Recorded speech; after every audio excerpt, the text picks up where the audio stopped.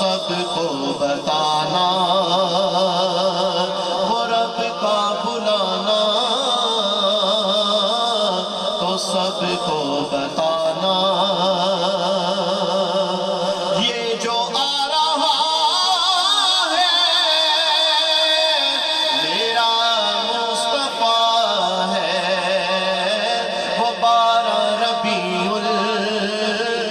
الاول کو آیا، جو اول بنا ہے میرا مصطفیٰ ہے۔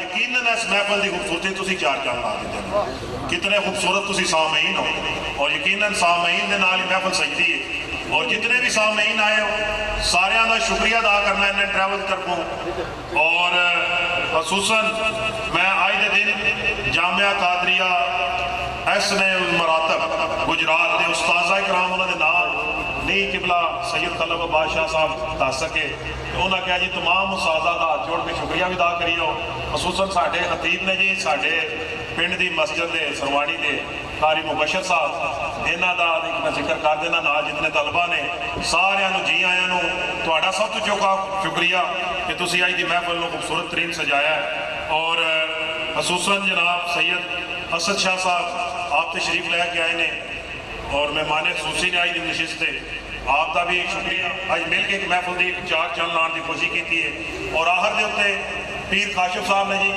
اور منو حکم ہوا کہ پیر کاشف صاحب ایک بڑا بڑا کام کر رہے ہیں، جس ورق ہوتے مقدس ترین نام لکھے ہوتے ہیں وہ اخبار کی صورت بھی ہوئے یا سکول کی کتاب ہوئے کاپی ہوئے کچھ بھی کسی بھی ورقے کے اتنے لکھے ہے تو وہ پیر صاحب کی تشہیر بھی کر رہے ہیں، اور انہوں کا یہ پیغام ہے کہ برائے مہربانی میں بخش بھی لگائے نے، قرآن محل بھی بنایا ہے، مہربانی کر کے انہوں مقدس اوراق کی توہین کو بچاؤ، اور سارے کٹھے کر کے منو دے دو یا من دسو میں تھوڑے کو کٹھے کر کے لے جانا، اور آخر دے ہوتے آج دی محفل یقیناً غوث پاک دی بارگاہ قبول ہے کہ آج دی نشست دا میں حضور قبلہ کافی عرصہ پہلا ایک بزرگ نے انہوں نے کول پیش ہویا، فقیر آدمی سن تے عالم دین تے نہیں ہے ظاہری تو لیکن عشق انہوں نے ایسا سی کہ وہ سینے نو جلا کر رکھ دیتا سی، اور بندے دے قلب نو پتہ لگتا سی کہ کسی اللہ دے برگزیدہ بندے کو بیٹھے ہیں، تو منو نے ایک گل کی پتر ایک گل پلے بن لی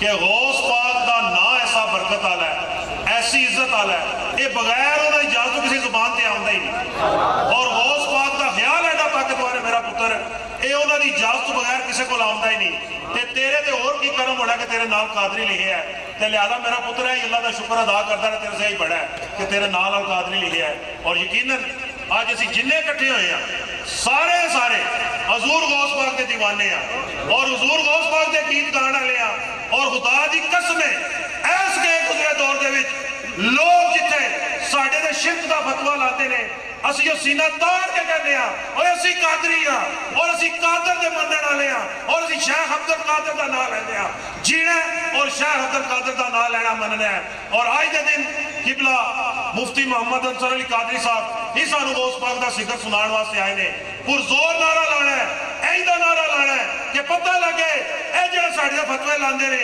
انہاں پتہ لگے اے اللہ دی توحید دا اقرار کر دے آیا غوث پاک دے اپنی جان وار دے نے، نعرہ تکبیر، نعرہ رسالت، نعرہ رسالت، نعرہ حیدری، نعرہ حیدری، نعرہ غوثیہ، نعرہ غوثیہ، ہم اپنے نبی کے، ہم سارے نبی کے، ہم لجپال نبی کے، ہم صدیق اکبر کے، ہم عمر فاروق کے، ہم عثمان فاروق کے، ہم عثمان غنی کے، ہم مولا علی کے، ہم مولا حسن کے، ہم مولا حسین کے، ہم غوث ولی کے، ہم غوث ولی کے۔ تاجدار ختم نبوت زندہ باد، زندہ باد، تاجدار ختم نبوت زندہ باد، زندہ باد، حق اہل سنت زندہ باد۔ نحمده ونصلي ونسلم على رسوله الكريم أما بعد فأعوذ بالله من الشيطان الرجيم بسم الله الرحمن الرحيم ألا إن أولياء الله لا خوف عليهم ولا هم يحزنون الذين آمنوا وكانوا يتقون لهم البشرى في الحياة الدنيا وفي الآخرة لا تبديل لكلمات الله ذلك هو الفوز العظيم صدق الله العظيم إن الله وملائكته يصلون على النبي يا أيها الذين آمنوا صلوا عليه وسلموا تسليما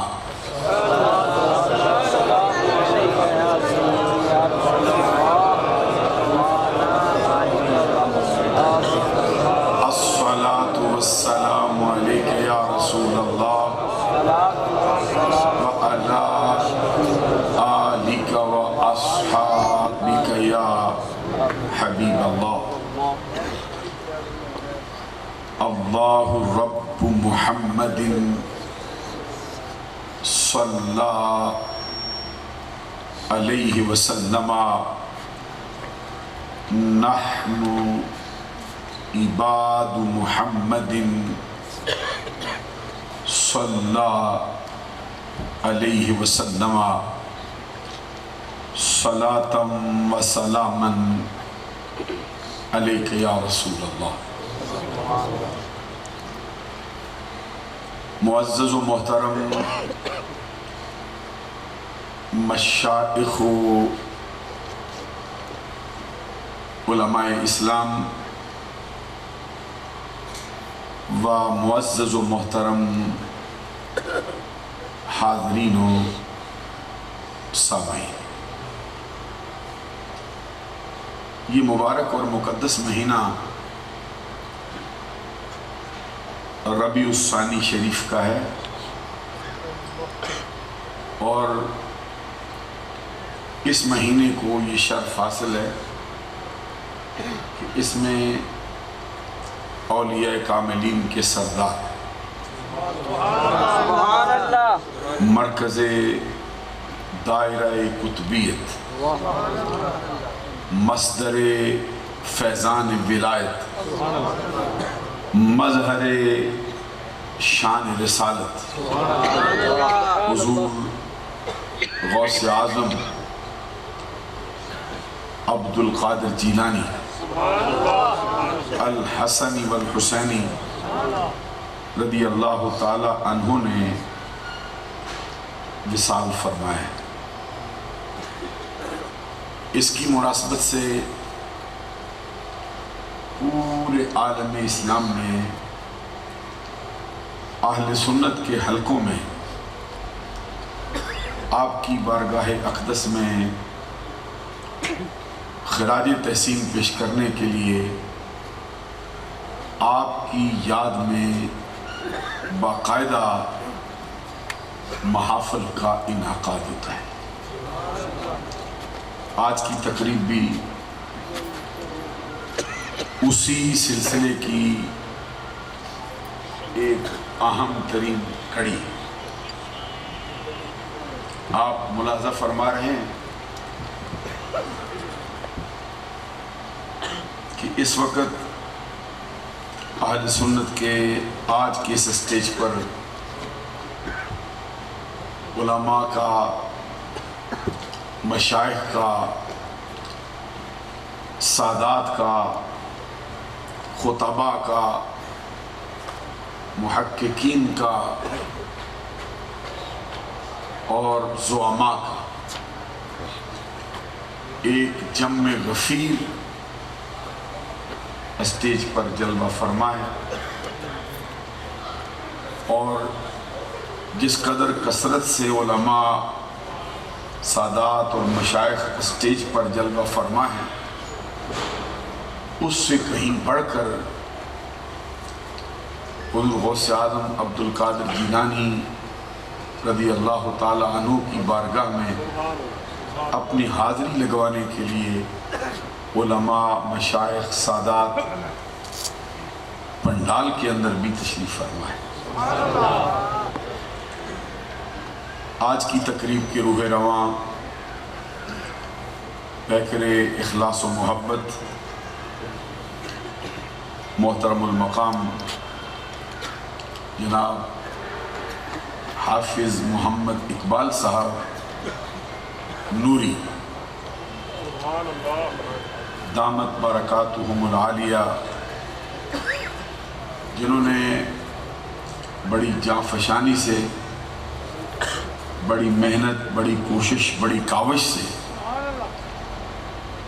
آج کی تقریب کے انعقاد کے لیے تگ و دو کی ہے، اور اللہ کے کرم سے اس میں وہ 100% تک کامیاب ہوئے۔ ان کے دست راست ہمارے بہت ہی پیارے ساتھی فخر السادات پروردہ آغوش ولایت حضرت صاحبزادہ سید کلب عباس شاہ صاحب دامت برکاتہم العالیہ والقدسیہ، یہ بھی نوری صاحب کے ساتھ مبارکباد کے حقدار ہیں کہ انہوں نے نوری صاحب کا ساتھ دینے میں شبانہ روز محنت کی۔ مجھے بڑی خوشی ہے کہ ہمارے ساتھیوں نے آج کی تقریب کا انعقاد کیا ہے۔ جو اسٹیج پر علماء ہیں کثیر تعداد میں، میرا اپنا دل تو چاہتا تھا کہ میں تمام ہستیوں کے اسماء گرامی بطور وظیفے کے پڑھنا، تاکہ یہ ان کے اسماء مبارکہ اور ان کا ذکر میرے گناہوں کا کفارہ ہو جائے۔ لیکن تعداد آپ کو معلوم ہے کہ بہت ہے، اور میرا دل تو چاہتا ہے کہ کوئی ایک بھی ایسا نہ ہو جو میری نظر کا انتخاب۔ مقامی علماء میں جو ہستیاں تشریف فرما ہیں، ان میں حضرت خصوصی طور پر جن ہستیوں کی صدارت میں، جن ہستیوں کی سرپرستی میں آج کی تقریب کا انعقاد ہو رہا ہے، وہ خانوادہ سادات کے بڑے اہم ترین فرد حضرت صاحبزادہ سید اسد شاہ صاحب دامت برکاتہم العالیہ والقدسیہ، جو آپ ہی کے اس ٹون کے ایک اہم ترین فرد ہیں، اور ان کے ساتھ ساتھ ان کے برادر اصغر جو بڑی محبوب شخصیت ہیں، فخر السادات حضرت صاحبزادہ سید عامر شاہ صاحب دامت برکاتہم العالیہ والقدسیہ۔ اور میری درخواست پر حضرت اقبال نوری صاحب سے میں نے عرض کیا تھا کہ ہمارے سلسلے کے ساتھی تھے، یوں کہنا چاہیے کہ قافلہ سالار چشتیاں ان کا لقب ہے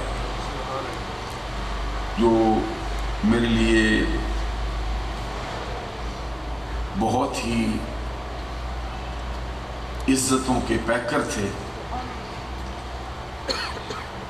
اور ہمارے بڑے بھائی تھے. حضرت صاحبزادہ سید وقار حیدر شاہ صاحب رحمۃ اللہ تعالی علیہ.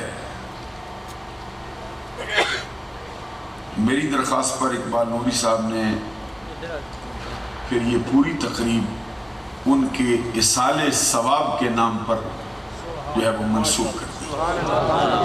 اس پر میں نوری صاحب کا بھی شکر گزار ہوں اور شاہ صاحب کے لیے بھی دعا گو ہوں کہ اللہ تبارک و تعالیٰ ان کے درجات عالیہ میں بلندی عطا فرمائے. وہ سید اسد شاہ صاحب، سید عامر شاہ صاحب ان کے بھائی تھے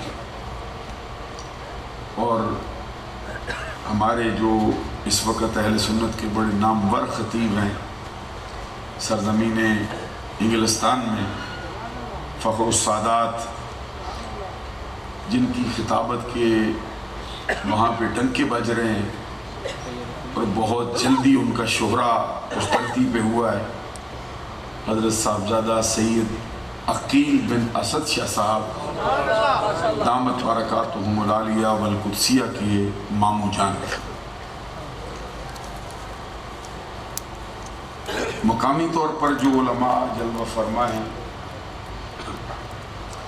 ان میں حضرت مولانا حافظ حامد رضا صاحب، حضرت مولانا علامہ یونس مبین صاحب، حضرت علامہ مولانا حافظ عبد القادر صاحب، حضرت علامہ مولانا قاری محمد افضل نقشبندی صاحب، حضرت علامہ مولانا افتخار احمد مدنی صاحب، حضرت علامہ مولانا محمد عطاء المصطفیٰ قادری صاحب، اور حضرت علامہ مولانا عبد الواحد قادری صاحب، حضرت علامہ مولانا فرحان علی قادری صاحب، حضرت مولانا قاری عبد الغفور صاحب، حضرت مولانا قاری علامہ عمر فاروق جلالی صاحب، حضرت علامہ مولانا سلیمان عطاری صاحب اور دیگر بہت سے حضرات جو علاقہ بر سے علماء ہیں، خود بھی تشریف لائے ہیں، جماعت کو بھی ساتھ لائے ہیں. حضرت مولانا علامہ شفقت نعیمی صاحب اور عالمی تنظیم اہل سنت کے افراد جو انتظامی امور کی کمیٹی میں شامل ہیں، ان کے لیے بھی اور خصوصی طور پر جنہوں نے سیکیورٹی کے ساتھ تعاون کیا ہے وہ جماعت اہل سنت کنجاہ کے افراد ہیں اور اقبال نوری صاحب کے جو بہت ہی قریبی اور ہمارے لیے بھی بہت ہی عزت کا باعث ہیں حضرت صاحبزادہ خالد محمود چشتی صاحب، سرزمین کنجاہ سے بڑی مذہبی اور سماجی اور سیاسی شخصیت ہیں، وہ بھی تشریف فرمائے. فخر السادات حضرت صاحبزادہ سید امجد شاہ صاحب، وہ بھی ہمارے سلسلے کے ساتھی ہیں اور ہمارے بھائی ہیں، بھی تشریف لائے ہیں. سرزمین اٹک سے میں دیکھ رہا ہوں کتنے دور دراز علاقے سے جناب ضیاء الرحمن نورانی صاحب، وہ بھی بنفس نفیس تشریف فرمائے اور دور و نزدیک سے بہت سے افراد موجود ہیں. ابھی جو ہمارے نقیب مکرم ہیں جن کا بڑا اچھا انداز ہے، دل میں اتر جاتے ہیں، انہوں نے جامعہ قادریہ احسن المراتب کے جو خدام ہیں، جو طلباء ہیں، ان کا شکریہ بھی ادا کیا ہے. میں سمجھتا ہوں کہ اس شکریہ کی قطعی طور پر ضرورت نہیں ہے، اس لیے کہ یہ سارا سلسلہ ایک ہی ہے. آپ جب بھی بلائیں گے ہم بسر و چشم آپ کی خدمت میں حاضر ہیں. میں خود بھی حاضر رہوں گا اور ہمارے جو کرم فرمائے کیونکہ میں تو ان سب کا خادم ہوں، یہ بھی سارے کے سارے آپ کی خدمت میں حاضر ہیں۔ مرزا شاہد صاحب کو بھی میں دیکھتا ہوں بہت خوش ہیں ماشاءاللہ کہ آج یہ عرس غوث اعظم، یہ وقت تو اگرچہ قریب 11 بجنے والے ہو چکے ہیں، اور جو مضمون ہے وہ اپنی نزاکت کے اعتبار سے اہم ہونے کے ساتھ ساتھ بہت طویل ہے۔ یہ اسٹیج پر افراد بیٹھے ہیں، بڑے علماء ہیں، میں دیکھتا ہوں یہ خود بڑے بڑے خطیب ہیں، یہ ان کو اب ہم تو اپنا کام کر کے آگے بڑھ رہے ہیں، یہ اب خطابت کے جو میدان ہے اس کو سنبھال چکے ہیں، بڑے شعلہ نوا ہیں، بڑی تقریریں ان کو یاد ہیں، بڑے حوالہ جات ان کو یاد ہیں۔ تو اب ہم سمجھتے ہیں کہ اللہ کے کرم سے خطابت کے میدان میں ایک نئے دور کا آغاز ہو رہا ہے، اس پر سبحان اللہ اونچی آواز سے کہنا چاہیے۔ میری دعا ہے ان کے لیے، اگرچہ میں نام ان کے نہیں لے سکا ہوں، بہت طویل فہرست ہو گئی ان کی، تو مجھے یہ خیال ہے کہ اگر نام بھی لوں گا تو یہ مجھے معذور سمجھ کے معاف کر دیں۔ اب اگر نہ میرا دل چاہتا تھا کہ رات بھر یہ محفل جاری رہے، یہ سارے حضرات اپنے ملفوظات عالیہ سے ہمیں مستفیض کریں۔ میں بھی مختصر سی باتیں کرنا چاہتا ہوں اجمالی طور پر، لیکن پھر بھی کچھ اندیشہ ہے کہ میری گفتگو لمبی ہو سکتی ہے، کیونکہ یہ مضمون ہے بہت اہم ہے۔ بعض اوقات ہمیں بتایا گیا کہ بہت اہتمام کیا، بڑی دور سے خطیب کو ہم نے بلایا، کئی ماہ تک انتظام ہوتا رہا، وہ تشریف لائے تو انہوں نے اپنی طبیعت کی نزاکت کے اعتبار سے 15-20 منٹ میں ہم کو فارغ کر دیا۔ انہوں نے فرمایا کہ طبیعت پہ آپ لوگوں کی بوجھ نہ ہو، میں بھی ذرا تھکا ہوں، تو بس میری حاضری ہوگی، قبول کر لیجیے۔ اس سے اگرچہ فائدہ ہوتا ہے کہ عوام الناس ذرا خوشی محسوس کرتے ہیں کہ ان کو زیادہ تنگ نہیں کیا گیا، ان کی زیادہ سمع خراشی نہیں کی گئی، وہ بھی پیش نظر ہے کہ چھوٹا ہونا چاہیے، لیکن اس کے ساتھ ساتھ دل میں ایک حرص، دل کے اندر ایک خواہش ہوتی ہے کہ جس ہستی کا تذکرہ ہو زیادہ سے زیادہ اس کو دہرا دیا جائے، مگر نہ یہ مضمون تو ایسا ہے کہ میرے گمان میں اولیاء کاملین میں جتنا کثرت کے ساتھ ذکر حضور غوث اعظم کا ہوتا ہے، یہ کسی اور اللہ کے ولی کے حصے میں آئے۔ میں تھوڑا سا تعارفی گفتگو آپ کے سامنے رکھنا چاہتا ہوں، اگر مجھ سے تھوڑی لمبی ہو جائے تو میں ابتداً ہی آپ سے معذرت کرتا ہوں۔ حضور غوث اعظم عبدالقادر جیلانی رضی اللہ تعالیٰ عنہ کا تعارف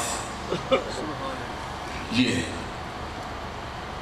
آج جو سن چلتا ہے ہجری کے اعتبار سے، یہ 1444 کا سن ہے ہجری اعتبار سے، جب سے سرکار نے مکہ المکرمہ سے شہر مدینہ میں ہجرت فرمائی ہے، یہ قمری مہینوں کے اعتبار سے چلتا ہے۔ اسی لیے مسلمانوں کا جو دن کا آغاز ہے، جو تاریخ کے بدلنے کا وقت ہے، وہ رات کے 12 بجے یا صبح کے وقت نہیں ہوتا۔ مسلمانوں کے ہاں تاریخ غروب آفتاب سے تبدیل ہوتی ہے، یہ بھی اپنے ذہن میں رکھنا چاہیے۔ مسلمانوں کے ہاں جیسے سورج غروب ہوتا ہے، نئی تاریخ کا آغاز ہوتا ہے۔ آج 1444 کا سن ہے۔ حضور غوث اعظم عبدالقادر جیلانی رضی اللہ تعالیٰ عنہ 470 ہجری کو پیدا ہوئے، 561 ہجری کو آپ کا انتقال ہوا ہے۔ 91 برس 90 کے اوپر 1 ہو تو 91 ہوتا، 100 سے 9 کم ہو تو 91 ہوتا۔ 91 برس آپ نے عمر مبارک پائی۔ آپ کے والدین نے آپ کا اسم گرامی عبد القادر رکھا ہے۔ قادر یہ اللہ تبارک و تعالیٰ کا صفاتی نام، اس کی نسبت سے عبد کی اضافت کے ساتھ آپ کے والدین نے اپنے بیٹے کا نام رکھا ہے، جس کا مطلب ہے کہ قادر کا بندہ۔ آسانی سے آپ کہہ سکتے ہیں جیسے عبداللہ ہوتا ہے ویسے ہی عبد القادر کا معنی ہوتا ہے۔ یہ نبی اکرم صلی اللہ علیہ وسلم کے جو پسندیدہ نام ہیں ان میں سے ایک ہے عبداللہ، اللہ کا بندہ۔ نسب کے اعتبار سے آپ خانوادہ سادات کے اہل بیت کے گھرانے کے فرد،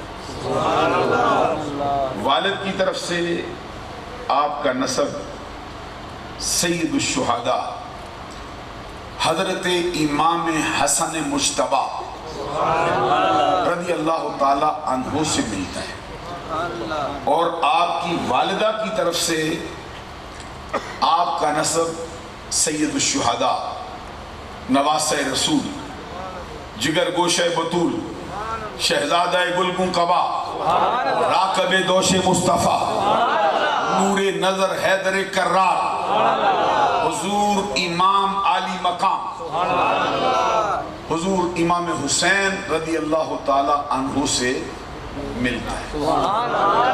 یہ دونوں آپ کے نسب کے جو کنارے ہیں یہ حسنی حسینی، ہمارے عرف میں جس کو یہ دونوں نسب ملے ہوں اس کو نجیب الطرفین سید کہا جاتا ہے۔ یہ نجیب نجابت سے ہے، نجابت خاندانی شرافت کو کہا جاتا ہے، اس کا بالمقابل ہوتا ہے رضالت۔ یہ چونکہ طالب علم ساتھی بھی ہیں، ذرا میں ان کے ذوق کے لیے کچھ باتیں کرتا ہوں، کوشش کروں گا کہ آپ کے ذہن میں بھی ضرور بیٹھے۔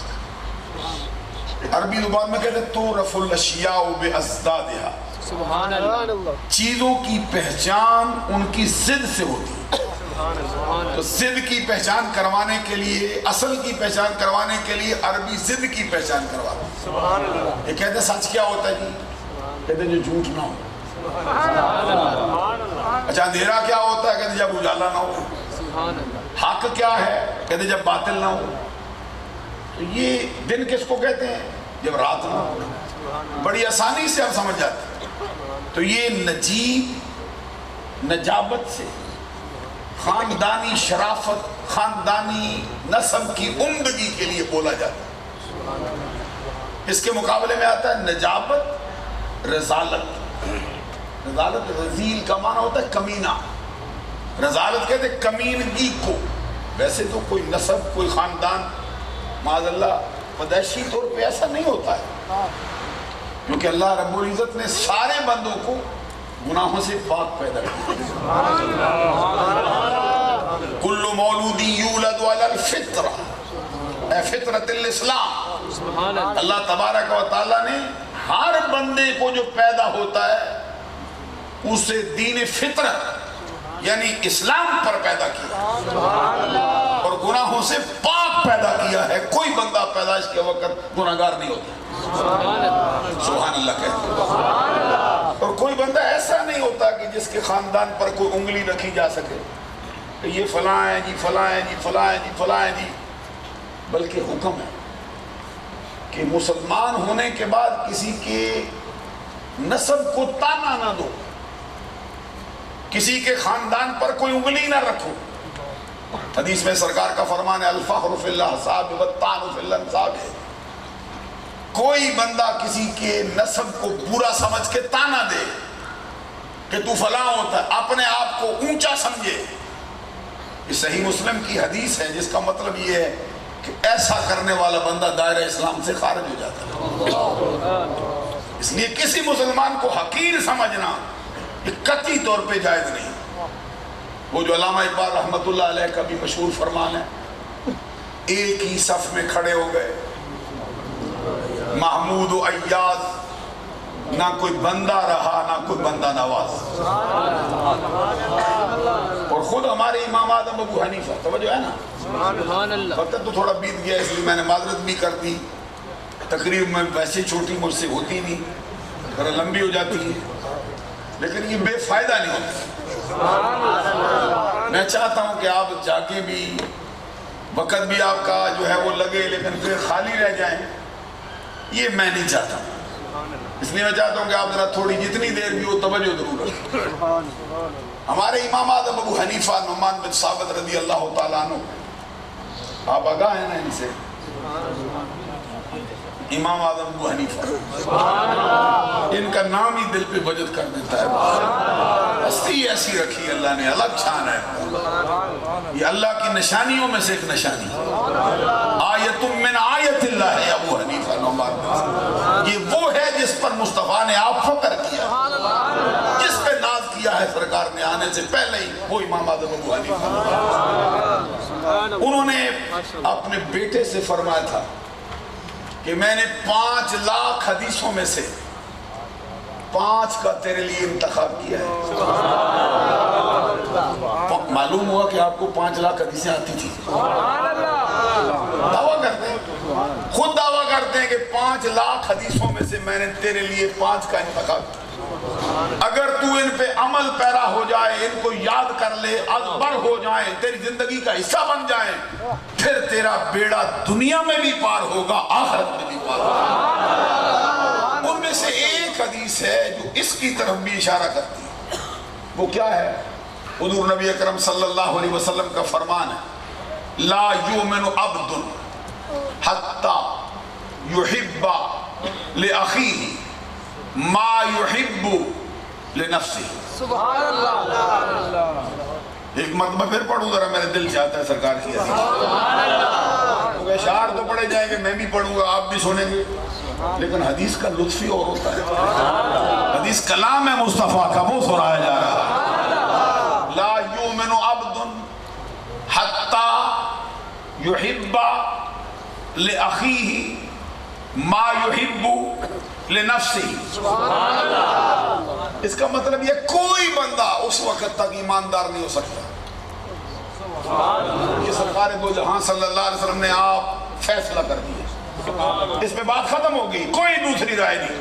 کوئی مولانا، کوئی مفتی، کوئی محقق، کوئی پیر، کوئی بڑا چھوٹا اس پر کلام نہیں کر سکتا، سب کے سارے اس کے سامنے جھکے۔ کیا فرمایا؟ لا یؤمن عبد، میں بار بار اس لیے پڑھتا ہوں کہ آپ کے دل پہ دستک ہو جائے، آپ کا دروازہ کھل جائے، آپ کے دل کو اس بات کی غیرت پیدا ہو جائے کہ ہمارے آقا نے کیا فرمایا تھا۔ فرمایا لا یؤمن عبد حتی یحب لأخیہ ما یحب لنفسہ۔ دنیا کو کوئی بندہ اس وقت تک ایماندار نہیں ہوگا جب تک کہ جو چیز اپنے لیے پسند کرتا ہے اپنے مسلمان بھائی کے لیے پسند نہ کرے۔ دو لفظوں میں بات ختم ہو سکتی ہے۔ اپنے نسب کو اونچا سمجھتا ہے، اپنے آپ کو بڑا شریف سمجھتا ہے، اپنے آپ کو بہت اونچے درجے کا بندہ سمجھتا ہے، دوسرے کو یہ ایمان والوں کا کام تو نہیں نا۔ ایمان والوں کو تو یہ باتیں زیبا نہیں دیتی، میں کسی پہ تانا کرتا رہے، تو فلاں ہوتا ہے، تیری برادری فلاں ہوتی ہے۔ آپ کو معلوم ہے کہ 2 نبی تو ہر شخص کے نسب میں آتے ہیں، جو بھی بندہ ہو اس کے نسب میں 2 نبی ضرور آتے ہیں، اور وہ دونوں نبی جو ہے وہ رسول ہیں۔ ایک تو حضرت آدم علیہ السلام آپ ہیں، ایک مرتبہ پھر یہ نسل ختم ہو گئی تھی، پھر ایک ہی بندے سے چلی ہے، وہ حضرت نوح علیہ السلام۔ تو نوح علیہ السلام بھی رسول ہے، اول العزم ہستیوں میں سے ہیں۔ تو آپ کا نسب ہو، میرا نسب ہو، شاہ صاحب کا نسب ہو، ان کا نسب ہو، ان کا نسب ہو، ان کا نسب ہو، سب کے نسب میں 2 نبی آتے ہیں۔ تو معلوم ہوا کہ سب کا سلسلہ ایک ہی جگہ پہ جا کے ملتا ہی ہوتا، سب کی انتہا ادھر ہوتی ہے، کبھی حضرت نوح پہ ہوتی، کبھی حضرت آدم پہ ہوتی ہے۔ تو پھر بندے کو حقیر جاننا کیسے جا دیتا ہے؟ اب نے غور نہیں ابھی کیا ہے۔ پھر میں ایک بات اور بھی ساتھ ہی کہنا چاہتا ہوں، یہ حقارت کرنا ایمان والے بندے سے جس کو قرآن میں اللہ نے فرمایا وَلِلَّهِ الْعِزَّةُ وَلِرَسُولِهِ وَلِلْمُؤْمِنِينَ، عزت اللہ فرماتا ہے، کس کے لیے؟ کافروں کے لیے ہوتی، کس کے لیے ہوتی؟ بڑے نسب والوں کے لیے ہوتی، کس کے لیے ہوتی؟ جس کی زمینیں بڑی اس کے لیے ہوتی، جس کا اقتدار بڑا اس کے لیے ہوتی ہے۔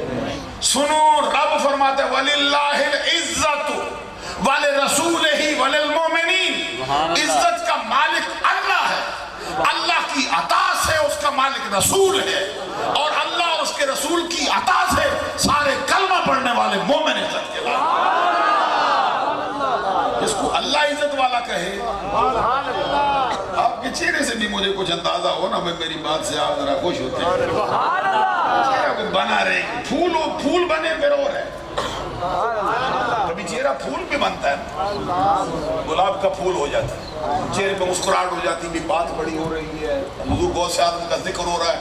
پھر میں آپ سے کہوں گا، حضور مولا علی شیر خدا رضی اللہ تعالیٰ عنہ نے تو جدا کر دیا ان کو، وہ تو انہوں نے فرمایا عزت کس کے لیے؟ وہ کہتے ردینا قسمت الجبار فینا لنا علم وللجہال مالو لأن المال یفنا عن قریب وأن العلم باق لا یزالو۔ حضور مولا علی شیر خدا رضی اللہ تعالیٰ عنہ فرماتے ہیں ہم رب کی قسمتوں کی تقسیم پہ راضی ہو چکے۔ میں نہیں کہہ رہا، میں تو سنا رہا ہوں۔ کس نے؟ حسن و حسین کے بابا نے، فاطمہ کے سر کے تاج نے، تاجدار حلتا نے، مراد کل کفا نے، سخاوت کے سمندر نے، شجاعت کے غضنفر نے، باب مدینۃ العلم نے، امت کے استاد نے، نبی کے داماد، ہم راج مصطفیٰ نے، دمساد مصطفیٰ نے، مولا علی شیر خدا رضی اللہ عنہ، انہوں نے فرمایا ہم رب کی قسمتوں کی تقسیم پہ راضی ہو گئے۔ کیوں؟ اس نے ہمارے لیے علم رکھا، جاہلوں کے لیے مال رکھا۔ معلوم ہوا کہ مال کسی کے پاس ہو یہ اس کے معزز ہونے کی علامت نہیں۔ حضرت علی شیر خدا کہتے ہیں ہم معزز ہیں، ہمارے لیے علم کو چنا گیا ہے۔ یہ میں حضرت علی سے عرض کرتا ہوں۔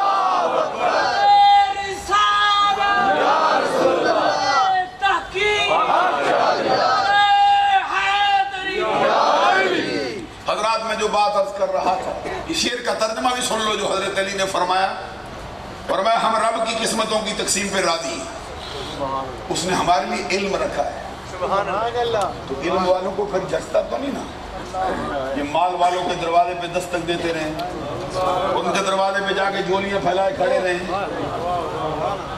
معلوم ہے کہ علم والا ہو کے پھر علم کی توہین کرتا ہے نا، علم والا ہو کے پھر علم کو کہاں وہ سرے بازار بیچ رہا دان، معاذ اللہ بدیشی طور پہ ایسا نہیں ہوتا ہے، کیونکہ اللہ رب العزت نے سارے بندوں کو گناہوں سے پاک پیدا کیا۔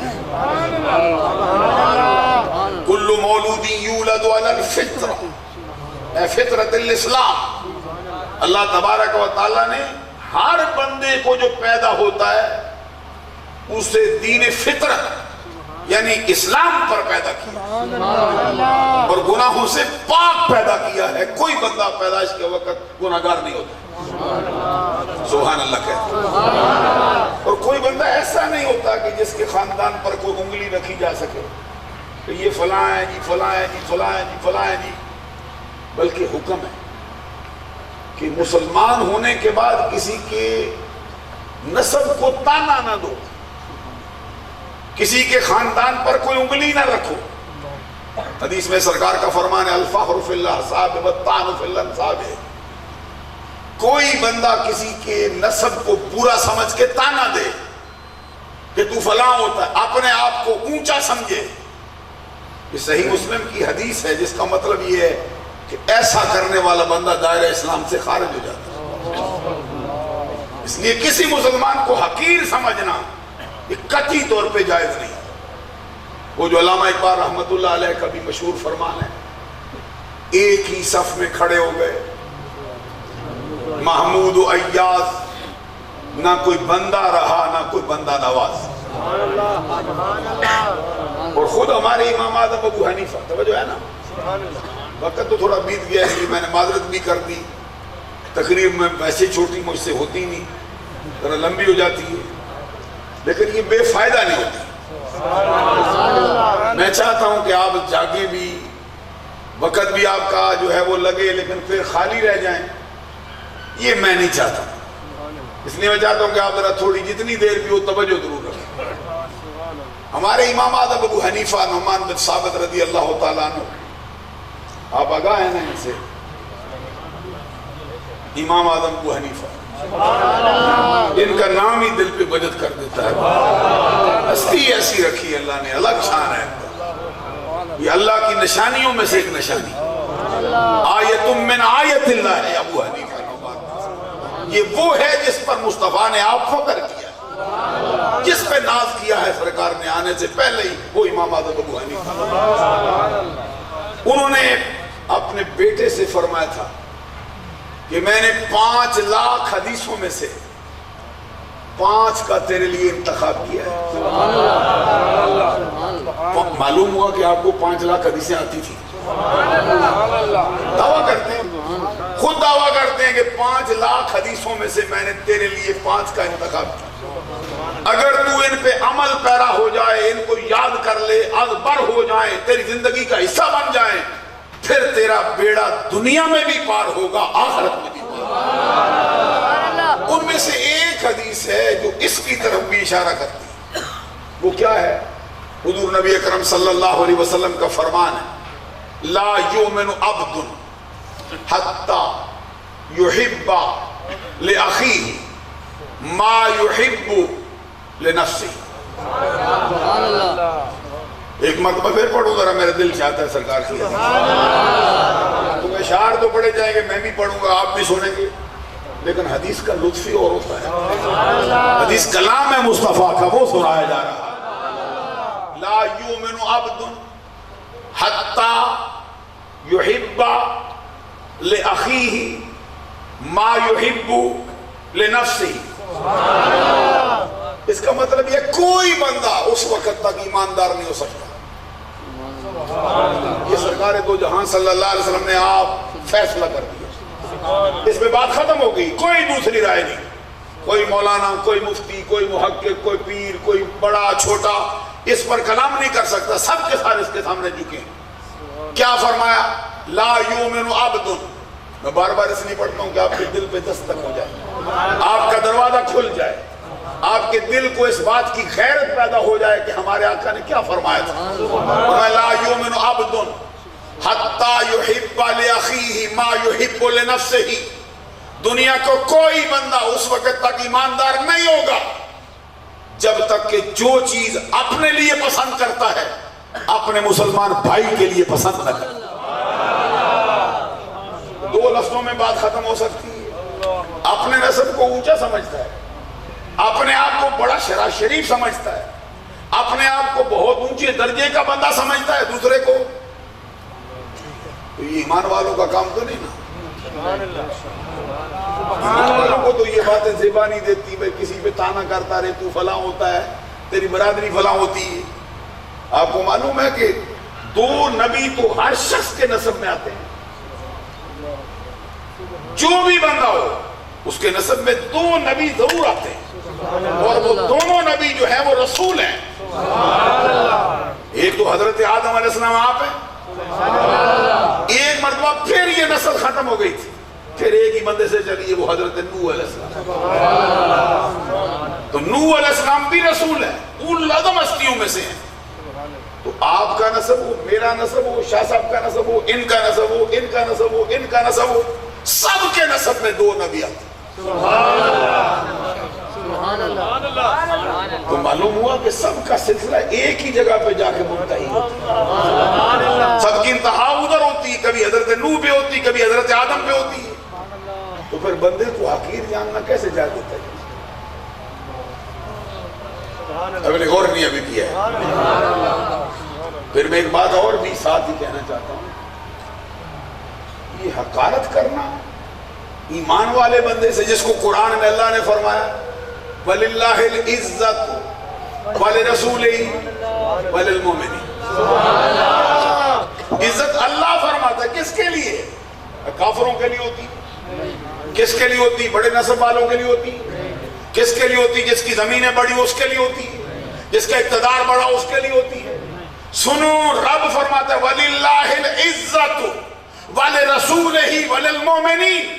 عزت کا مالک اللہ ہے، اللہ کی عطا سے اس کا مالک رسول ہے، اور اللہ اور اس کے رسول کی عطا سے سارے کلمہ پڑھنے والے مومن عزت کے والے. اس کو اللہ عزت والا کہے. آپ کے چہرے سے بھی مجھے کچھ اندازہ ہو نا، میں میری بات سے آپ ذرا خوش ہوتے ہیں. چہرہ وہ بنا رہے، پھول بنے پھر اور ہے. کبھی چہرہ پھول بھی بنتا ہے، گلاب کا پھول ہو جاتا ہے، چہرے پہ مسکراہٹ ہو جاتی بھی بات بڑی ہو رہی ہے، حضور غوث اعظم کا ذکر ہو رہا ہے. پھر میں آپ سے کہوں گا، حضور مولا علی شیر خدا رضی اللہ تعالیٰ عنہ نے تو جدا کر دیا ان کو. وہ تو انہوں نے فرمایا عزت کس کے لیے؟ وہ کہتے ہیں ردینا قسمت الجبار فینا لنا علم وللجہال مال لأن المال یفنا عن قریب وأن العلم باق لا یزال. حضور مولا علی شیر خدا رضی اللہ تعالیٰ عنہ فرماتے ہیں ہم رب کی قسمتوں کی تقسیم پہ راضی ہو چکے. میں نہیں کہہ رہا، میں تو سنا رہا ہوں. کہا کس نے؟ حسن و حسین کے بابا نے، فاطمہ کے سر کے تاج نے، تاجدار حلتا نے، مراد کل کفا نے، سخاوت کے سمندر نے، شجاعت کے غضنفر نے، باب مدینۃ العلم نے، امت کے استاد نے، نبی کے داماد نے، ہم راز مصطفیٰ نے، دمساد مصطفیٰ نے، مولا علی شیر خدا رضی اللہ. انہوں نے فرمایا ہم رب کی قسمتوں کی تقسیم پہ راضی ہو گئے. کیوں؟ اس نے ہمارے لیے علم رکھا، جاہلوں کے لیے مال رکھا. معلوم ہوا کہ مال کسی کے پاس ہو یہ اس کے معزز ہونے کی علامت نہیں. حضرت علی شیر خدا کہتے ہیں ہم معزز ہیں، ہمارے لیے علم کو چنا گیا ہے. حضرت علی سے عرض کرتا ہوں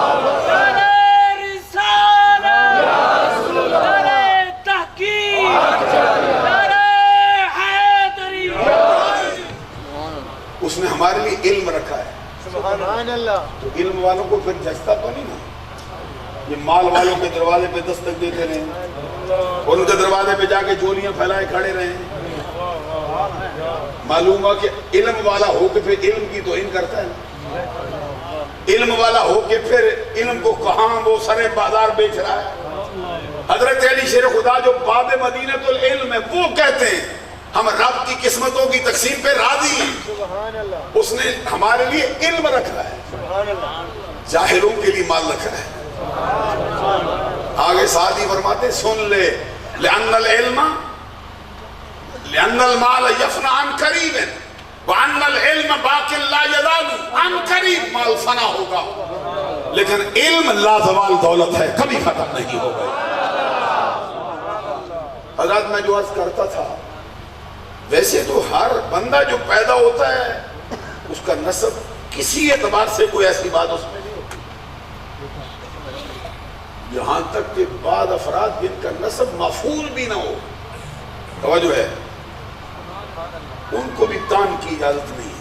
سبحان اللہ. سبحان اللہ. شاید میں چونکہ آپ پڑھے لکھے لوگ ہیں، آپ کتابیں پڑھتے رہتے ہیں، اگر کسی بندہ کوئی بندہ ثابت النسل نہ بھی ہو، یہ مسئلہ بھی ہے ہماری کتابوں میں کہ ثابت النسل بھی نہیں ہے، اگر اور کوئی بندہ اس سے بڑا عالم نہ ہو تو مصلی امامت پہ کھڑا ہونے کا حق اس کا ہے.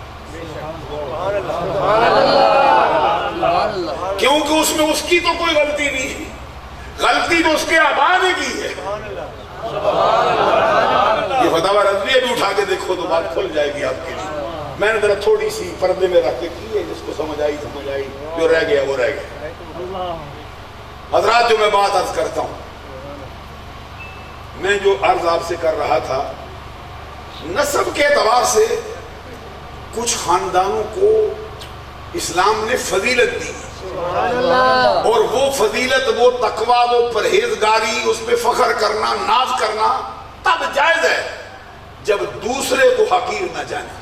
اور امت محمدیہ میں وہ خاندان جس کو اللہ نے سب سے اونچا کیا ہے وہ ہمارے آقا محمد عربی کا خاندان ہے، ان کا نسل ہے. ان سے پھر آپ کو معلوم ہے آگے ان کی شہزادی سے، ملکہ فردوس بری سے، نور چشم رحمت للعالمین سے، ہمارے آقا کے جگر کے ٹکڑے سے، عظمت کے در نہان سے، عفت کے گنج گراں سے، شہزادی کون و مکان سے، سیدۃ النساء اہل الجنہ سے، سیدۃ النساء العالمین سے، فاطمہ الزہرا سے رضی اللہ تعالیٰ. پھر یہ دو شاخیں چلی، ایک حسنی کہلائی ایک حسینی کہلائی.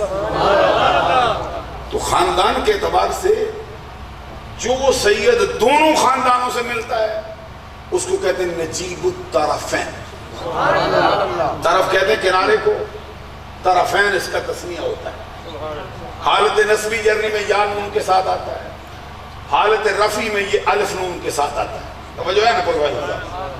تو یہ ہے، اس کا مطلب یہ ہے کہ اس کے نسب کے دونوں کنارے انتہا درجے کے اونچے ہیں، جن پہ پوری نسل کے اندر امام حسن سے لے کر عبد القادر جیلانی کے باپ تک، امام حسین سے لے کر عبد القادر جیلانی کی اماں تک کسی ایک مقام پر بھی انگلی نہیں رکھی جا سکتی بلند و بالا رکھا.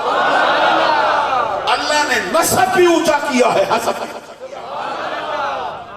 آپ کی والدہ محترمہ کا اسم گرامی آمۃ الجبار، ام الخیر، حضرت فاطمہ رضی اللہ تعالیٰ عنہ، جو اپنے زمانے کی رابعہ بصریہ تھی.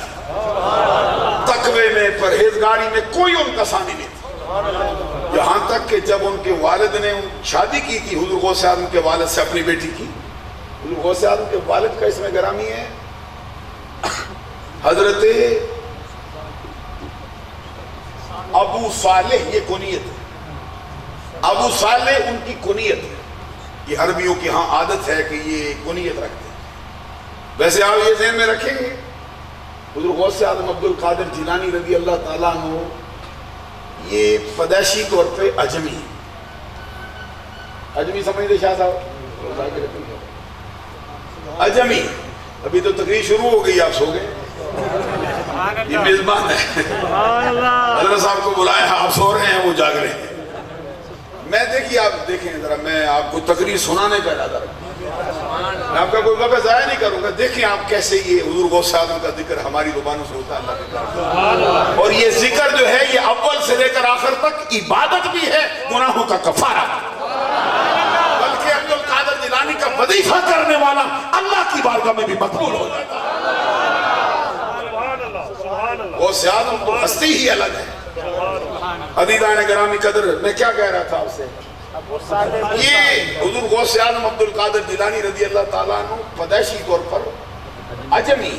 آپ کی جو مادری زبان ہے، مدر ٹنگ، وہ عربی نہیں، وہ فارسی زبان. آپ فارس کے ایران کیا ایک علاقہ ہے جس میں آپ پیدا ہوئے. یہ جو گیلان مشہور ہے، ہمارے پاس ایک بزرگ تشریف لاتے ہیں، وہاں پہ یونیورسٹی میں انگریزی پڑھا، حضور غوث اعظم کی نسل سے. تو وہ ان کو بھی عربی نہیں آتی، وہ فارسی زبان کے ماہر ہیں، ان کی زبان ہی فارسی. تو اکثر ان کی تشریف آوری ہوتی رہتی. تو میں نے ان سے پوچھا یہ گیلان کیا ہے؟ گیلان ہمارے ہاں تو مشہور ہے، یہ گاؤں ہے یا شہر ہے؟ انہوں نے فرمایا نہیں، یہ گاؤں نہیں نہ یہ شہر ہے، یہ ایک پورا صوبہ ہے. تو وہ سارے کا سارا صوبہ ہی اب جو ہے زمانے کے اندر مشہور ہو گیا ہے غوث اعظم کی وجہ. یہ صوبے میں آپ کی پیدائش ہوئی.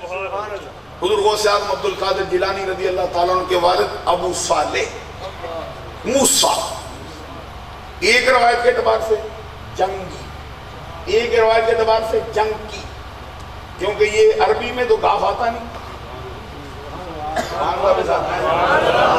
جنگ کی. چونکہ یہ لوگ جو فارس والے لوگ ہیں یہ جنگی بولتے، تو اسی جنگی کو عربی بولے تو جنگی کہتے ہیں. حضرت ابو صالح موسیٰ جنگی دوست. آپ سے چھوٹا سا مسئلہ اپنی زندگی میں ہوا تھا. اس وقت وہ اتنی بڑی بات نہیں تھی، میں چونکہ بہت لمبی تقریر نہیں کرنا چاہتا، صرف اشارے سے کہتا ہوں، آپ جس بندے کے حوالے سے وہ مسئلہ تھا، ان کا اسم گرامی کا حضرت عبداللہ سومائی، یہ غوث اعظم عبد القادر جیلانی کے نانا جانا، اور یہ مستجاب الدعوات تھے، جو دعا کر دیتے تھے اللہ قبول فرما لیا کرتا تھا، اپنے زمانے کے ولیوں کے سردار تھے۔ تو ابو صالح موسیٰ جنگی دوست ان کی خدمت میں حاضر ہوئے کہ مجھ سے یہ کام ہوا ہے، کوئی فرائض واجبات کا شعبہ نہیں تھا، یہ بھی سمجھ رہے ہیں، ان کی طبیعت میں تقوی بہت تھا، اس کی وجہ سے وہ چلے گئے، تو جا کے کہا اس کا کیا تدارک ہے؟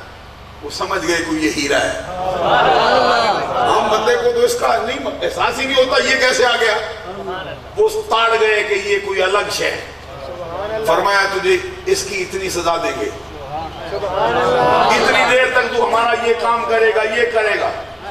تو حضور ابو صالح موسیٰ جنگی دوست نے قبول کیا، انہوں نے ساتھ ہی کہا، انہوں نے کہا یہ سزا ہے اتنی دیر، اس کے بعد پھر بتائیں گے کیا سزا ہے۔ تو جب وہ پورا ہو گیا وقت تو پھر حاضر ہوئے، تو ان سے پوچھا اب کیا ہو؟ کہتے ہیں ایک میری بیٹی ہے، اب تجھے سزا دیتے ہیں، ایک بیٹی ہے جو آنکھوں سے اندھی ہے، جو کانوں سے بہری ہے، یہ کوئی ویسے کہانی نہیں، یہ احوال واقعہ بیان ہو رہا ہے، حقیقت میں ایسا ہوا۔ انہوں نے کہا اندھی آنکھ سے، کان سے بہری، زبان سے گونگی، اور اعضاء و جوارح سے اپاہج، لولی، لنگڑی۔ اچھا اب غور کرو، جب یہ کہا جائے کہ اندھی بھی ہے، بہری بھی ہے، گونگی بھی ہے اور لولی لنگڑی بھی ہے، تصور میں بدل آتا ہے۔ انہوں نے کہا اس کا اگلا مسئلہ یہ ہے، معافی تجھے تب دیں گے جب تو میری اس بیٹی سے شادی کرے۔ تو ان کے تقوی کا حال دیکھو، فرمایا قبول ہے۔ ایسے تصور میں لاتے ہوئے حقیقت سے کوئی آشنا نہ ہو تو پھر غور کرو کون قبول کرتا ہے؟ اللہ تبارک و تعالیٰ کے کرم سے وہ جو عقد کا مسئلہ تھا، نکاح کا مسئلہ پورا ہوا، یہ جو مل کے بودا ہے وہ سپورٹ کر دیا گیا، باتیں طے ہو گئی۔ تو جب وہ وقت آیا کہ جب دولہا دلہن کے ملنے کا وقت ہوتا ہے، ان کو بھیجا گیا یہ کمرہ تشریف لے جاؤ، تمہاری دلہن ہے، اب تمہاری شادی ہو گئی۔ جب گئے نا، جیسے ہی دروازہ ہٹایا دیکھتے کیا، وہاں پہ ایک ایسی پاکیزہ دوشیزہ بیٹھی جو اپنا دامن نچوڑ دے، فرشتے وضو کرنے زمین پہ آ جائیں، فوراً پلٹ کے باہر نکلا ہے اور آگے کہا اس بابے سے، عبداللہ سومئی سے، آگے کہا تیرے جیسے بزرگ بندے کو میرے جیسے مسافر آدمی کے ساتھ اس طرح کا بھیانک مذاق زیبا نہیں دیتا، اتنی سی بات پہ اتنی سزا کاٹنا، اب کیا دینا چاہتا ہے؟ تو نے وعدہ کیا تھا کہ وہ لولی ہے، وہ لنگڑی ہے، وہ اندھی ہے، وہ بہری ہے، وہ گونگی ہے، ادھر کون بچایا؟ فرمایا جوان نہ گھبرا، نہ میں مذاق کرتا ہوں نہ میری عادت ہے، وہی تیری زوجہ ہے جو تیرے لیے رکھی ہے، تیرے لیے حقیقت کھول دیتے ہیں۔ پوچھا گیا حقیقت کیا ہے؟ اور میں اندھی اس لیے ہے کہ آج تک اس نے کسی غیر محرم کا چہرہ نہیں دیکھا ہے، بہری اس لیے کہ آج تک اس کے کان میں کسی غیر محرم کی آواز نہیں آئی، لولی لنگڑی اعضاء و جوارح سے اس لیے ہے کہ آج تک اس نے اپنے گھر کی دہلیز سے قدم باہر نہیں رکھا، وہی تیری زوجہ ہے۔ اچھا اب ذرا غور فرماؤ گے تقوی میں کتنی ہوں گی؟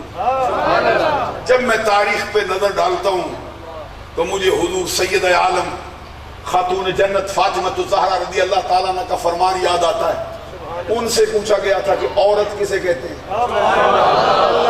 تو اس کے جواب میں آپ نے فرمایا تھا میری نظر میں عورت وہ ہے جس کے چہرے پر کبھی غیر محرم کی نگاہیں نہ پڑی اور جس کی نگاہوں نے کبھی غیر محرم کا چہرہ نہ لایا۔ تو اب نتیجہ کیا ہے حد اوسط کرانے کے بعد؟ توجہ ہے نا؟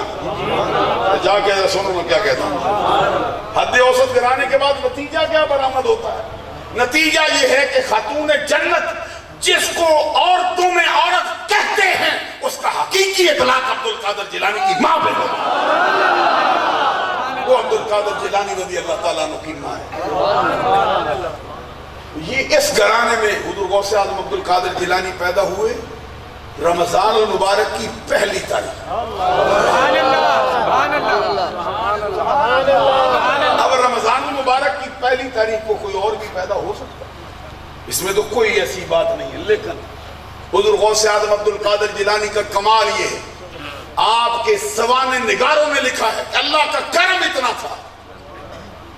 ایک بات اور کہنا چاہتا ہوں، علماء موجود ہیں، یہ کہکشاں پوری کھلی ہے، بعض علماء نے اپنی کتابوں میں لکھا ہے اور بڑے بڑے جید علماء ہیں کہ ولایت کی دو قسمیں ہوتی ہیں، سبحان اللہ، ایک ولایت کسبی ہوتی ہے، ایک ولایت وہبی ہوتی ہے۔ سبحان اللہ، یہ بڑے بڑے علماء نے لکھا، میں ان کے نام نہیں گنواتا، لیکن امام احمد رضا رحمۃ اللہ علیہ فرماتے ہیں نہیں، ولایت کی دو نہیں ہوتی، ایک ہی ہوتی ہے۔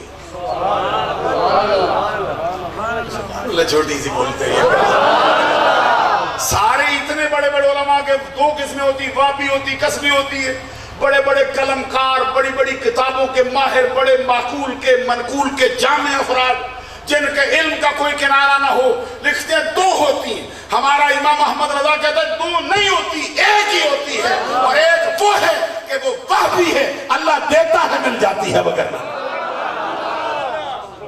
اب معلوم ہوا کہ وہبی یہ ولایت ہے جو غوث اعظم کو ملی ہے۔ جیسے پیدا ہوئے نا رمضان کی پہلی تاریخ کو، تو پیدا ہوتے ہی رمضان کا روزہ رکھا۔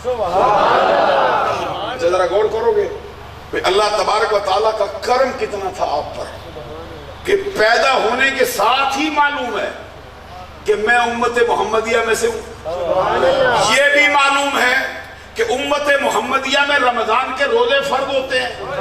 یہ بھی معلوم ہے کہ روزے کا دورانیہ کتنا ہے، من طلوع الفجر الی غروب الشمس، طلوع فجر سے شروع ہوتا ہے، غروب آفتاب تک جاری رہتا ہے۔ رمضان کا پورا مہینہ آپ نے ہر روز طلوع فجر سے لے کر غروب آفتاب تک کبھی اپنا ماں کا دودھ ہی تناول نہیں فرمایا۔ جیسے ہی رمضان ختم ہوا آپ دن کو بھی پیتے تھے، رات کو بھی پیتے تھے۔ میں کیسے سمجھاؤں آپ کو اگر آپ پیتے تھے؟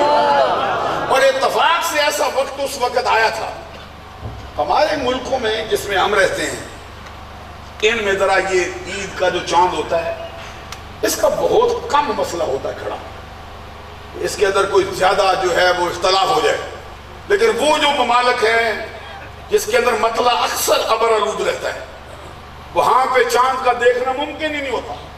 دور دراز کے ملکوں سے وہ پھر جو ہے وہ اس کی اطلاع لاتے ہیں، چاند ہوا نہیں ہوا، کسی نے مانا کسی نے نہیں مانا، کتنی ڈگری پہ تھا، نظر آ سکتا تھا نہیں آ سکتا تھا۔ تو یہ اختلاف کا ہونا بھی ایک فطرتی امر ہے۔ غوث اعظم عبد القادر جیلانی رضی اللہ تعالیٰ عنہ کے زمانے میں سرزمین گیلان میں، بغداد میں نہیں کہہ سکتے کیونکہ بغداد آپ کا علاقہ نہیں، اس علاقے میں جہاں پہ آپ تھے یہ اختلاف ہو گیا، عید کا چاند ہوا یا نہ ہوا۔ 29 کے بعد بعض نے کہا ہو گیا ہے، بعض نے کہا نہیں ہوا۔ علماء آپس میں الجھ پڑے، علماء کو لوگ پیچھے تھے لڑنے لگے، بھئی ہو گیا، کوئی کہتا ہے نہیں ہوا۔ بالآخر یہ طے پایا کہ سادات کے گھرانے میں ایک بچہ پیدا ہوا ہے جو رمضان کے دنوں کے اندر دن کو ماں کا دودھ نہیں پیتا۔ جاؤ جا کے ان کی ماں سے پوچھ لو، اگر پیا ہے تو پھر عید ہو گئی، اگر نہیں پیا تو رمضان بند۔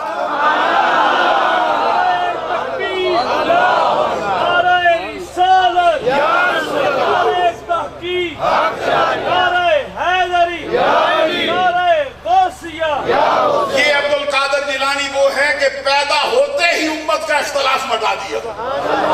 آپ کی ماں کے پاس آئے، پوچھا، انہوں نے فرمایا جس طرح پہلے 29 دن اس نے دن کو روزہ رکھا ہے، آج کا دن بھی اس نے بغیر دودھ پیے گزار دیا ہے، جاؤ گا۔ یہ عبد القادر جیلانی رضی اللہ تعالیٰ عنہ کی پیدائش کے وقت کا حال ہے۔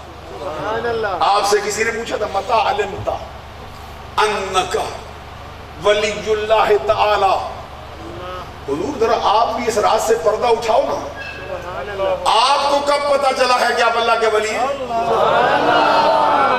حضور غوث اعظم عبد القادر جیلانی رضی اللہ تعالیٰ عنہ، یہ تو بڑی پرانی بات ہے، یہ اس وقت کی بات ہے کہ جب میں چھوٹا سا تھا، میں مکتب میں پڑھنے کے لیے جاتا اور میری ماں بستہ میرے کندھے پہ لٹکا دیتی اور لٹکا کے مجھے مکتب میں بھیجتی. فرماتے جیسے ہی میں اپنے گھر کی دہلیز سے قدم باہر رکھتا کیا دیکھتا؟ آسمانوں سے فرشتہ اترتا ہے اور میرے کندھے سے بستے کو اٹھا لیتا ہے, خود اٹھا کے چلتا ہے اور ساتھ کہتا ہے لوگوں راستہ چھوڑ دو, اللہ کا ولی آ رہا ہے. کہتے بچوں کی جو عادت ہوتی ہے کبھی یہاں بیٹھے کبھی یہاں بیٹھے کبھی وہاں بیٹھے, کہتے طبیعت میں میری بھی یہ حال تھا کہ جس جگہ پہ میں نے بیٹھنا ہوتا کبھی میرا دل ادھر چاہتا کبھی ادھر چاہتا.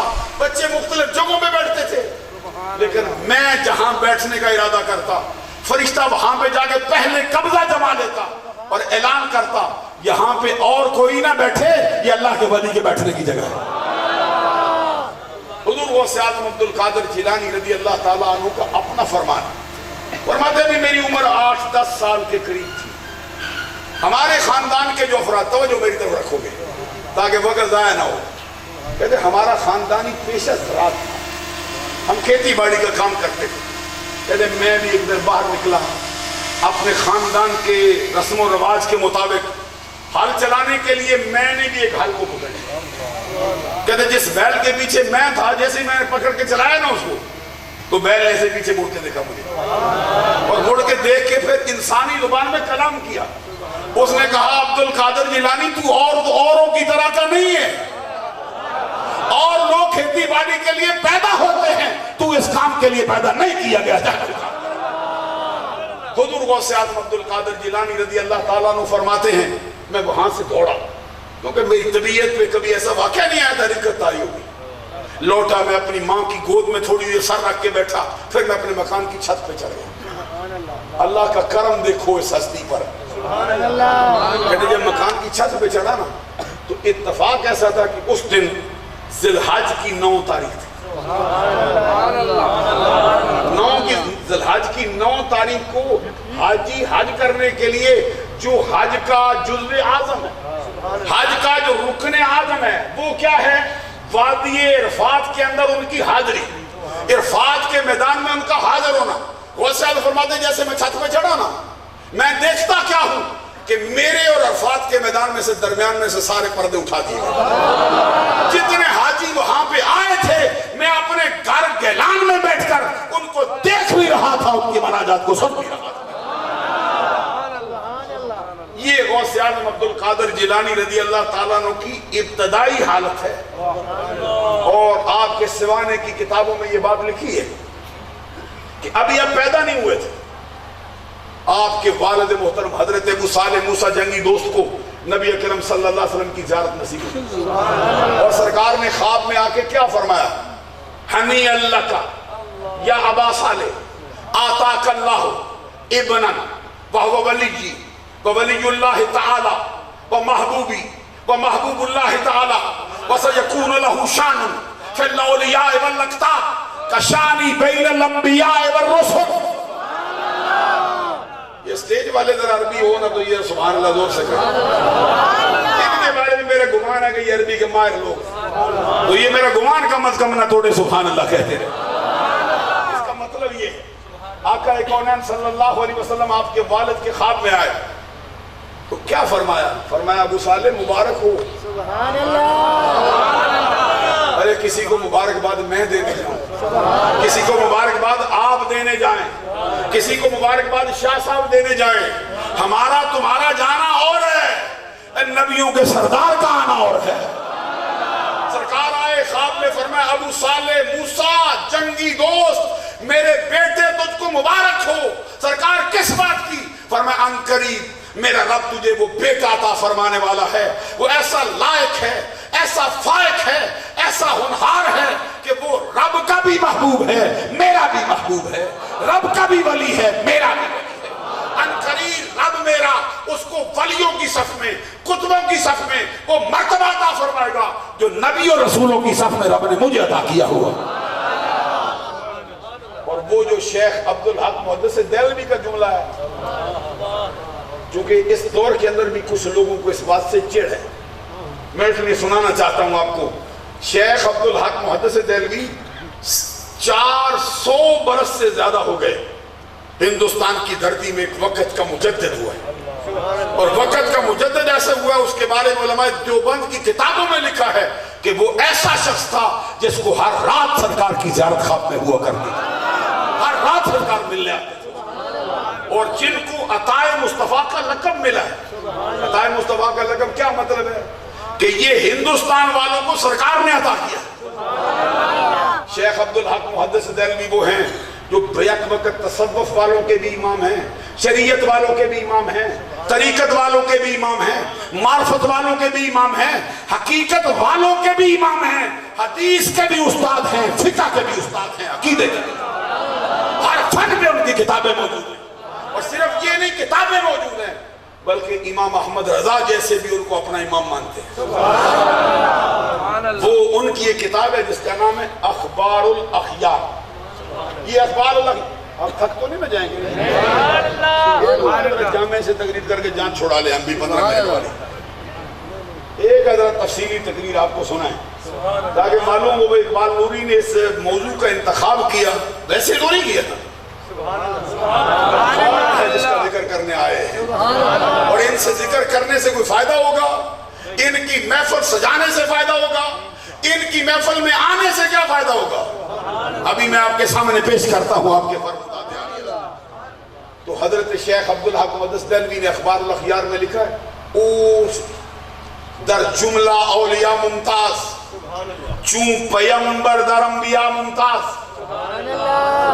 تو فارسی والے ہیں، تھوڑا سبحان اللہ کہہ دو، کہتے اوس در جملہ اولیاء ممتاز۔ احمد رضا صاحب پڑھیے فارسی والے، مرحبا، کہتے پڑھیے، تو پھر میں پڑھتا ہوں فارسی، کہتے اوس در جملہ اولیاء ممتاز، چون پیمبر در انبیاء ممتاز۔ شیخ عبدالحق محدث دہلوی کہتے ہیں وہ عبدالقادر جیلانی سارے ولیوں میں ایسے اونچا درجہ رکھتا ہے جیسے سارے نبیوں میں آمنہ کا لال ہمارا آقا اونچا درجہ رکھتا ہے۔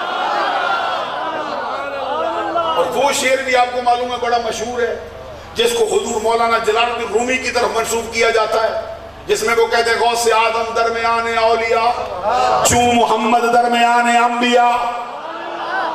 اور میں آپ کو سلسلہ عالیہ نقشبندیہ کے ایک بزرگ ہوئے جن کا اسم گرامی حضرت عبد الرحمن جامی، یہ علماء ان کو جانتے ہیں، فقیر نے بھی ان کی کئی کتابیں پڑھی، بلکہ ہمارے درسیات کے شعبے میں ان کی کئی کتابیں نصاب میں شامل ہیں، اور ناب کے میدان میں فوائد ضیائیہ۔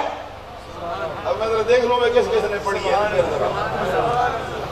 میں کسی کو کہتا کچھ نہیں، میں ویسے شعر پہچان جاتا ہوں۔ یہ فوائد ضیائیہ جس کا نام شرح جامی ہے، یہ عبد الرحمن جامی کی کتاب ہے۔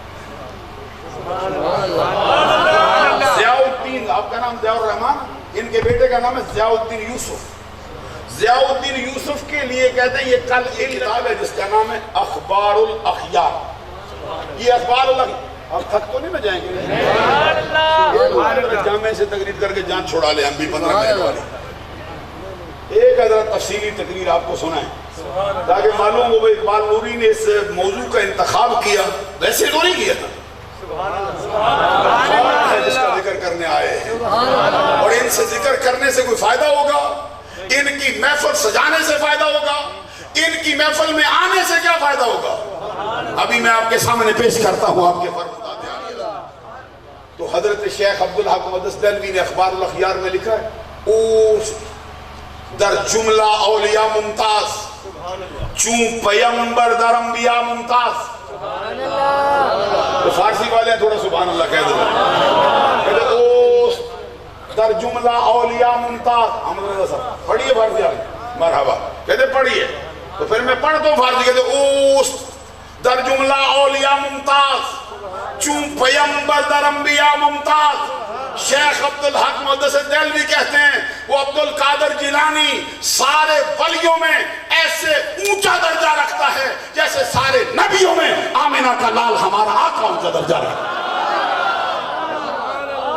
اور وہ شعر بھی آپ کو معلوم ہے بڑا مشہور ہے، جس کو حضور مولانا جلال الدین رومی کی طرف منسوب کیا جاتا ہے، جس میں وہ کہتے ہیں غوث آدم درمیان اولیاء، چون محمد درمیان انبیاء۔ اور میں آپ کو سلسلہ عالیہ نقشبندیہ کے ایک بزرگ ہوئے جن کا اسم گرامی حضرت عبد الرحمن جامی، علماء ان کو جانتے ہیں، فقیر نے بھی ان کی کئی کتابیں پڑھی، بلکہ ہمارے درسیات کے شعبے میں ان کی کئی کتابیں نصاب میں شامل ہیں، اور نام کے میدان میں فوائد ضیائیہ، اب میں ذرا دیکھ لوں میں کس کس نے پڑھی ہے، میں کسی کو کہتا کچھ نہیں، میں ویسے شعر پہچان جاتا ہوں۔ یہ فوائد ضیائیہ جس کا نام شرح جامی ہے، یہ عبد الرحمن جامی کی کتاب ہے۔ ضیاء الدین، آپ کا نام ضیاء الرحمن، ان کے بیٹے کا نام ہے ضیاء الدین یوسف۔ ضیاء الدین یوسف کے لیے کہتے ہیں یہ کل کتاب کے لکھنے کے لیے علت غایہ کی مثل ہے۔ شرح جامی، آپ لوگ پڑھے لکھے لوگ ہیں، شرح جامی جس نے لکھی ہے وہ عبد الرحمن جامی، اور جن کی کتابیں ہر مضمون پہ موجود ہیں، خود سلسلہ عالیہ نقشبندیہ کے بندے ہیں، حضرت عبید اللہ حرار کے ہاتھ پر ان کی بیعت ہے۔ وہ غوث اعظم کی بات آئے تو کیا کہتے ہیں، سنو ان کا فرمان، وہ کہتے ہیں وصف تو چے گویم شاہ غوث الثقلین محبوب نبی ابن حسن آل حسینہ سر بقدمت جملہ نہادند و گفتن تاللہ لقد آثرک اللہ علینا۔ مختصر کرتا ہوں، کہتے ہیں میں کون ہوتا ہوں آپ کی تعریف کر جاؤں اور حق ادا کر جاؤں؟